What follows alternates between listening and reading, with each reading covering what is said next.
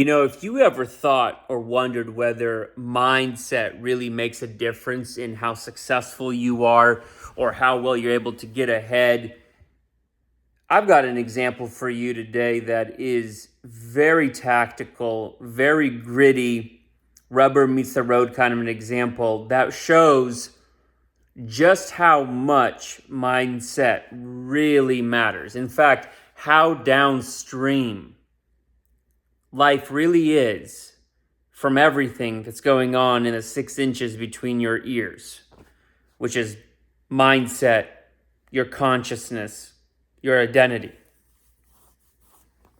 I have a friend of mine. I love him like a brother. We've been through some rough times together. We've been there for each other. He is a friend. But man, we couldn't be more different on some areas of life. Couldn't be more different than if you tried. As an example, he has watched me do 75 hard multiple times. He knows that I've done it 5 times. He has seen me get into a physique and physical shape that is top 5% for my age bracket, men in the 30s. And it's not just 75 hard. I do a lot of other things, but he's seen me do 75 hard as a consistent mindset optimizer, mental toughness program that I now do every year. He has started and quit/failed 75 hard at least 3 times that I know of, never making it more than 2 weeks. Constantly talks about how he's going to do 75 hard.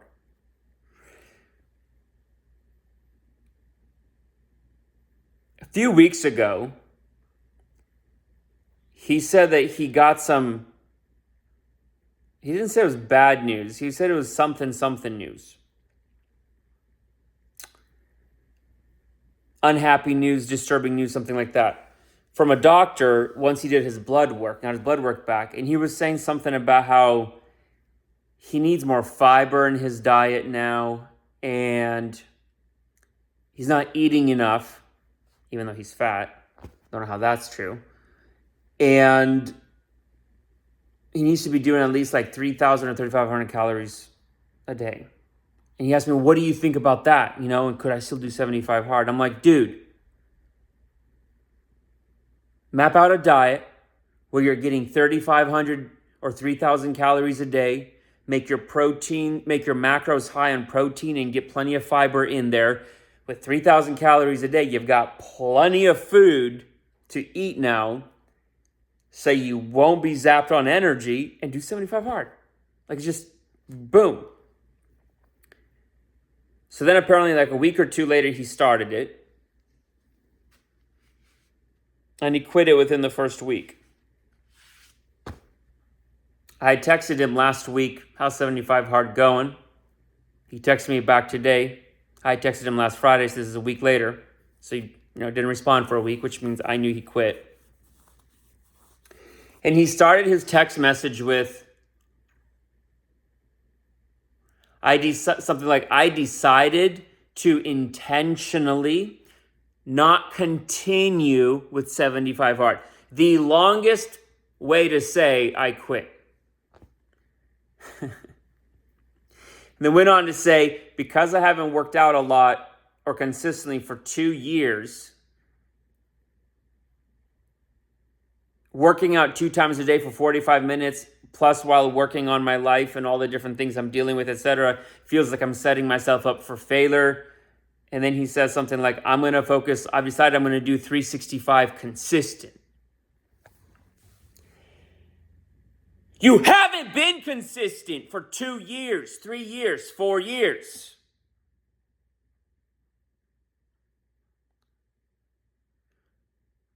So the mindset you're in, ain't nothing gonna change if you ain't changing anything. You need a pattern interrupt.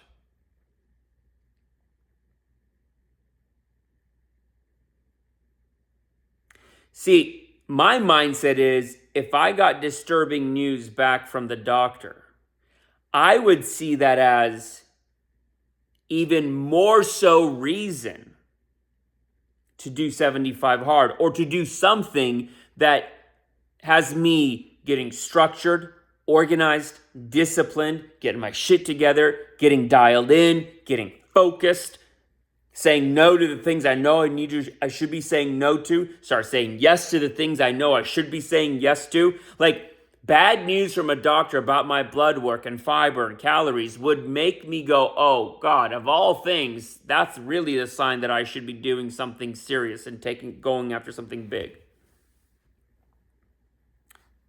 The text he sent me today, after not working out for 2 years consistently and all the other things I got to deal with, setting myself up, I would be setting myself up for failure doing 2 workouts a day for 45 minutes. No, after not consistently taking care of my fitness and health for 2 years and having a smoking crater in almost every bucket of my life, I would see that as all the more reason to get dialed in, get structured, get focused, get my shit together, say no to the things I should be saying no to, including my bitch voice, saying yes to the things I should be saying yes to, and using something like 75 hard to build mental toughness, to build fortitude, to build self-respect, to elevate, to build grit, to build self-competence, self-reliance, to create momentum.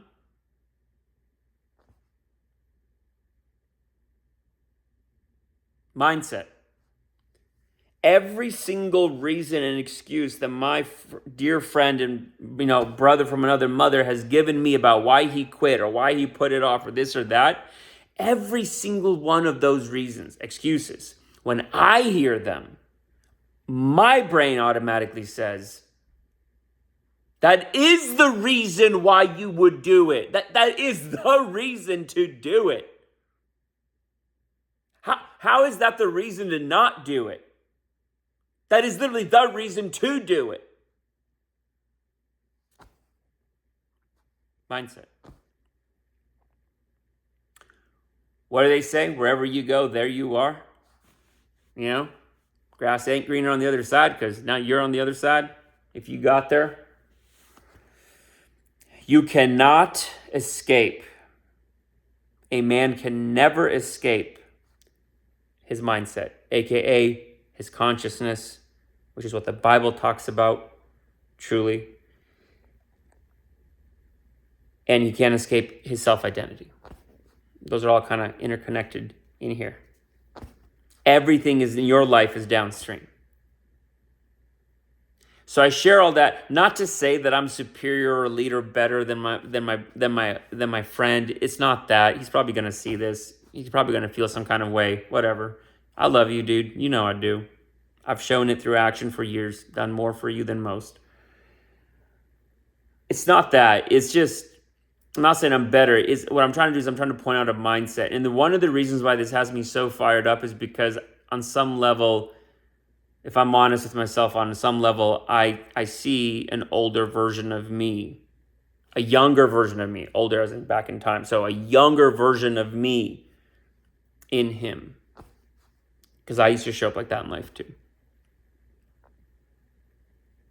Everything was a reason not to, aka excuse. Now everything's a reason to.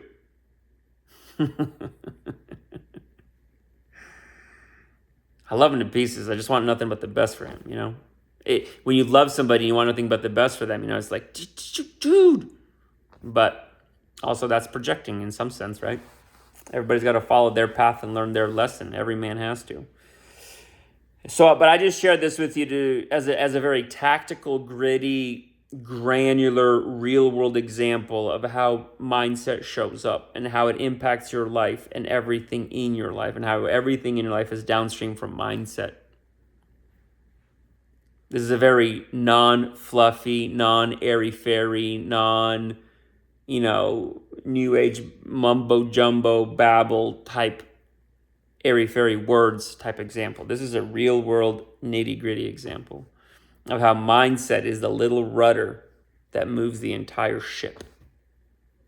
This is why the Bible and all the mystics and Jesus and so many of the great teachers talk so much about guarding your mind, taking every thought into captivity, protect your mind, on and on and on and on. So many passages in all the sacred texts about guarding the mind, taking inventory of your thought, choosing your thoughts, being very careful and mindful of what you hold in your mind and in your imagination.